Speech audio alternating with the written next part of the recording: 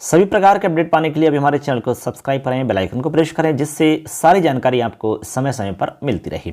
आज इस वीडियो में हम आपको बहुत ही खास जानकारी यहां पर देने वाले हैं। मुख्यमंत्री राजश्री योजना, जो कि आपको पता है कि अभी फिलहाल में फॉर्म भरे जा रहे हैं और इसके पैसे जो मिलते हैं वो किस आधार पर मिलते हैं, इस योजना का क्या मतलब है, योजना का क्या उद्देश्य है, इसमें किसको पैसे मिलते हैं, कितनी राशि इसमें मिलती है, पूरी डिटेल में आपको बताऊंगा मुख्यमंत्री राजश्री योजना के बारे में। पूरी कंप्लीट जानकारी आप यदि जानना चाहते हैं तो पूरा वीडियो आपको देखना होगा, कहीं पर भी आपको स्किप नहीं करना है, क्योंकि पूरी डिटेल में आपको बताऊंगा बहुत ही आसान तरीका में। चलिए देखते हैं। सबसे पहले तो आप जैसे कि स्क्रीन पर देख रहे हैं मुख्यमंत्री राजश्री योजना। सबसे पहले हम देखते हैं कि भाई इस योजना के बारे में थोड़ा सा परिचय हमें पता होना चाहिए।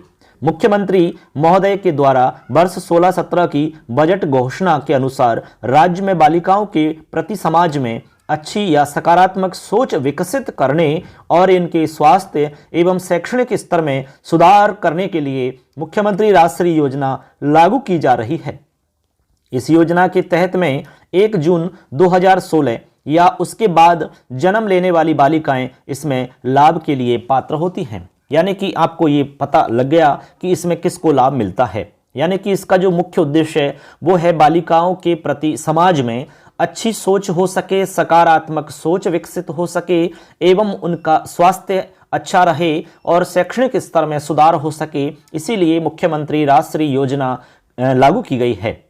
इस योजना में लाभ जो मिलेगा वो 1 जून 2016 या उसके बाद जन्म लेने वाली बालिकाओं को लाभ इसमें मिलता है। यानी कि 1 जून 2016 यदि डेट ऑफ बर्थ है या उसके बाद में जन्म लिया है, 16 के बाद में कितना भी हो, उनको लाभ इसमें मिलेगा। इससे पहले 1 जून 2016 से पहले जिनका जन्म हुआ है उनको इसमें लाभ नहीं मिलेगा, क्योंकि इसकी जो घोषणा हुई है वो 16-17 की बजट की घोषणा है, इसलिए इससे पहले वालों को लाभ इसमें नहीं मिलता है। देखते हैं साथियों इसमें योजना के क्या उद्देश्य हैं। देखिए, कहते हैं कि राज्य में बालिका जन्म के प्रति सकारात्मक वातावरण तैयार करते हुए बालिका का समग्र विकास करना इसका एक उद्देश्य है। क्योंकि हमारी जो सोच होती है वो बालिकाओं के प्रति थोड़ी नकारात्मक भाव वाली होती है, लेकिन धीरे धीरे शिक्षा का जैसे जैसे प्रसार हो रहा है, इसमें विकास हो रहा है, तो हमारी सोच में भी परिवर्तन हो रहा है, हमारी सोच भी विकसित हो रही है। तो कह रहे हैं कि बालिका जन्म के प्रति सकारात्मक वातावरण तैयार करते हुए बालिका का समग्र विकास करना एक उद्देश्य है कि बच्ची का संपूर्ण विकास अच्छे से हो सके।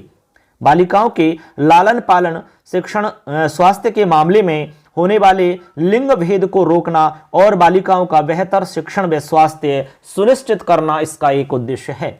आपको पता है कि समाज में लालन पालन की बात हो, चाहे शिक्षण की बात हो, चाहे स्वास्थ्य से संबंधित बात हो, लड़का और लड़की के अंदर मतभेद की स्थिति बनी रहती है, लिंग भेद की स्थिति हमेशा रहती है।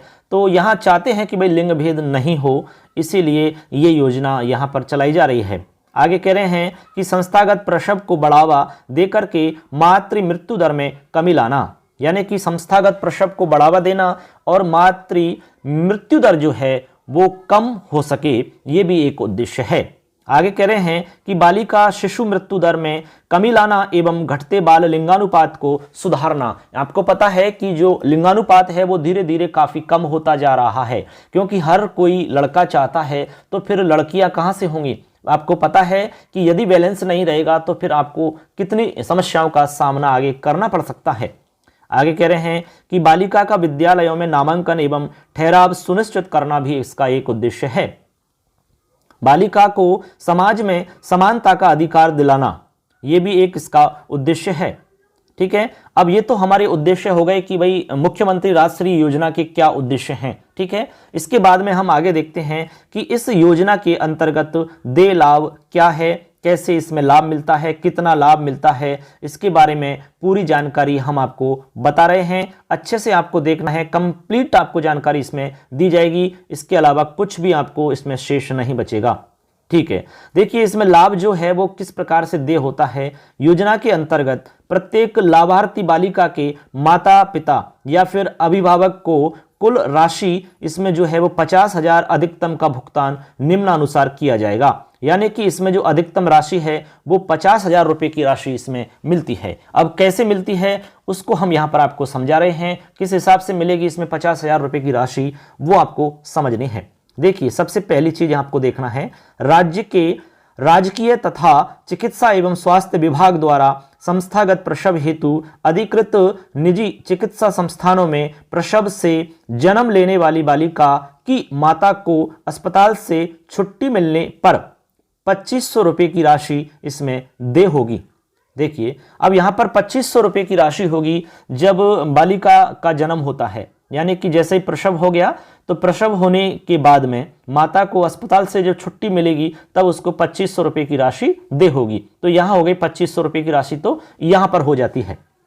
ठीक है, आगे देखिए, आगे कह रहे हैं कि यह राशि जननी सुरक्षा योजना के तहत में देय राशि के अतिरिक्त होगी, यानी कि जो जननी सुरक्षा योजना के तहत जो राशि मिलती है, ठीक है, वो अलग है और ये राशि अलग है, तो वो दोनों ही राशियां आपकी मतलब मिल सकती हैं, कोई प्रॉब्लम नहीं है।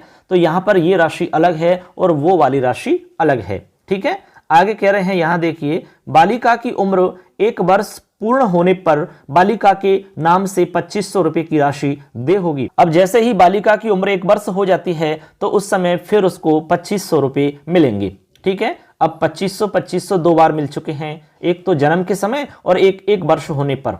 आगे देखिए, आगे कह रहे हैं, बालिका के किसी भी राजकीय विद्यालय में प्रथम कक्षा में प्रवेश लेने पर बालिका के नाम से 4000 रुपये की राशि दे होगी। अब जैसे ही बालिका ने किसी भी स्कूल में, सरकारी स्कूल में एडमिशन ले लिया तो उस समय उसको 4000 रुपये मिलेंगे। कितने? 4000 रुपये एडमिशन लेने पर मिलेंगे। अब इसमें विशेष कहा गया है कि राजकीय विद्यालय होना चाहिए, सरकारी विद्यालय ही होना चाहिए। प्राइवेट स्कूल के अंदर यदि आप पढ़ाते हैं तो वहां पर आपको लाभ नहीं दे होगा।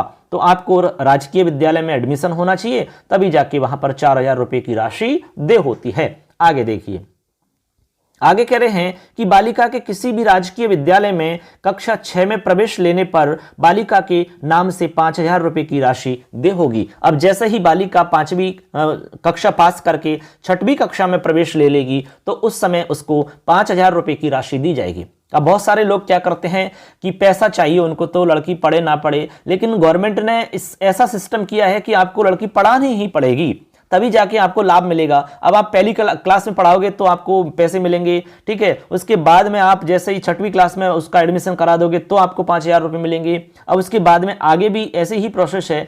अब आगे देखते हैं, आगे देखिए क्या है, तो यहां आपको आगे बता रहे हैं, बालिका के किसी भी राजकीय विद्यालय में कक्षा 10 में प्रवेश लेने पर बालिका के नाम से फिर आपको 11000 रुपये की राशि मिलेगी।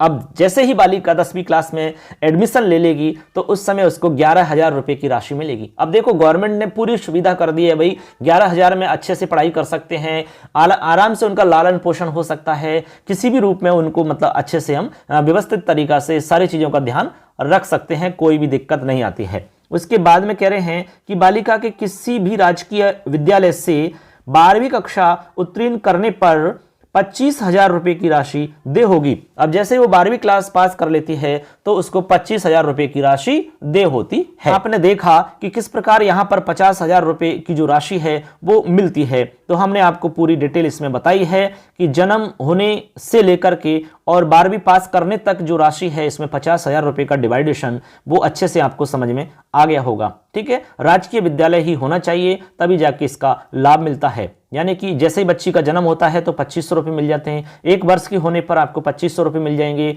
उसके बाद में पहली क्लास में पढ़ने पर 4000 रुपये मिल जाएंगे, 6वीं क्लास में पढ़ने पर 5000 रुपये मिल जाएंगे, 10वीं क्लास में पढ़ने पर 11000 रुपये मिल जाएंगे और 12वीं पास करने पर 25000 रुपये की राशि मिल जाती है। अब इसमें हम आगे हम देखते हैं साथियों, यहां पर क्या पात्रता होगी, यानी कि कौन इसमें पात्र माने जाएंगे, कौन इसमें योग्य माने जाएंगे, इसकी पात्रता क्या फिक्स की गई है, किनको लाभ मिलेगा और किनको लाभ नहीं मिलेगा, यह बात भी जानना बहुत ही जरूरी है, क्योंकि सबको लाभ तो मिलने से रहा तो फिर किसको मिलेगा, चलिए हम बताते हैं। देखिए, सबसे पहली बात है, ऐसी बालिकाएं जिनका जन्म 1 जून 2016 अथवा उसके बाद में हुआ है, मतलब 1 जून 2016 को जिनका जन्म हुआ हो या इसके बाद में जिनका जन्म हुआ हो, उन्हीं को लाभ मिल सकेगा। इससे पहले जिनका जन्म हुआ है उनको किसी भी रूप में लाभ नहीं मिलेगा, ये वाला लाभ, बाकी लाभ मिल सकते हैं लेकिन ये लाभ नहीं मिलेगा। ठीक है, आगे देखिए, आगे बता रहे हैं, ऐसी बालिकाएं जिनके माता या पिता आधार कार्ड अथवा भामाशाह कार्ड धारी हो, तो मतलब हो गया कि माता या पिता आधार कार्ड धारक होना चाहिए अथवा भामाशाह कार्डधारी होना चाहिए, यानी कि आधार कार्ड बना होना चाहिए अथवा भामाशाह कार्ड बना होना चाहिए, यह भी पात्रता में आवश्यक होता है। यदि हितग्राही के पास में प्रथम किस्त का लाभ लेते समय आधार अथवा भामाशाह कार्ड नहीं है तो भी प्रथम किस्त का लाभ संस्थागत प्रसव के आधार पर प्रदान किया जाएगा, किंतु दूसरी किस्त का लाभ लेने से पूर्व आधार अथवा भामाशाह कार्ड की प्रति उपलब्ध कराना आवश्यक होगा। यानी कि पहली बार तो मिल जाएगा, जैसे ही बच्चे का जन्म होता है, प्रसव होता है, तो वहां तो लाभ मिल जाएगा, लेकिन जो दूसरी किस्त होगी वो बिना आधार या भामाशाह के नहीं मिलेगी। तो भामाशाह कार्ड आपका बना होना चाहिए, आधार कार्ड बना होना चाहिए, तभी जाके आप इसका लाभ ले सकते हो। आगे कह रहे हैं कि योजना का लाभ राजस्थान की मूल निवासी प्रसूताओं के लिए ही देय है, यानी राजस्थान की ही निवासी होनी चाहिए तभी इसका लाभ मिल सकता है, बाहर की जो हैं उनको लाभ नहीं मिलेगा। ये राजस्थान की योजना है तो राजस्थान में ही लाभ मिलेगा। ऐसी प्रसूताएं जिनका संस्थागत प्रसव राज्य के बाहर हुआ है एवं जननी सुरक्षा योजना का परिलाभ प्राप्त किया है को बालिका के जीवित जन्म का प्रमाण पत्र प्रस्तुत करने पर मुख्यमंत्री राजश्री योजना का लाभ मूल निवास क्षेत्राधिकार वाले राजकीय चिकित्सालय संस्थान से देय होगा। बिल्कुल देय होगा, लेकिन वो कहां से देय होगा? वो राजकीय चिकित्सालय संस्थान से ही देय होगा। यानी कि आपका जो मूल निवास है, जैसे मान लो कि आप जयपुर के रहने वाले हैं या करौली के रहने वाले हैं, ठीक है, तो वहां जो आपका मूल निवास है वहां के क्षेत्राधिकार के अंदर जो राजकीय चिकित्सालय है उस क्षेत्र अधिकार में, उस क्षेत्र में, उस एरिया में जो गवर्नमेंट हॉस्पिटल है वहां पर आपका यदि मतलब प्रसव हुआ है तब आपको संस्थान से वहां से देय होगा। राजस्थान राज्य के बाहर की प्रसूता को मुख्यमंत्री राजश्री योजना के परिलाभ दे नहीं होंगे, यानी कि राजस्थान राज्य के बाहर की जो प्रसूता हैं, यानी कि राजस्थान से बाहर की जो लेडीज हैं उनको इसका लाभ नहीं मिलेगा। आगे कह रहे हैं कि प्रथम एवं द्वितीय किस्त का लाभ सभी संस्थागत प्रसव से जन्म लेने वाली बालिकाओं को देय होगा, यानी प्रथम एवं द्वितीय किस्त का लाभ जो है वो सभी संस्थागत प्रसव से जन्म लेने वाली बालिकाओं को देय होगा। यह लाभ दिनांक 31/5/2016 की मध्य रात्रि के पश्चात जन्म लेने वाली सभी बालिकाओं को देय होगा, ठीक है, इससे पहले वालों को नहीं।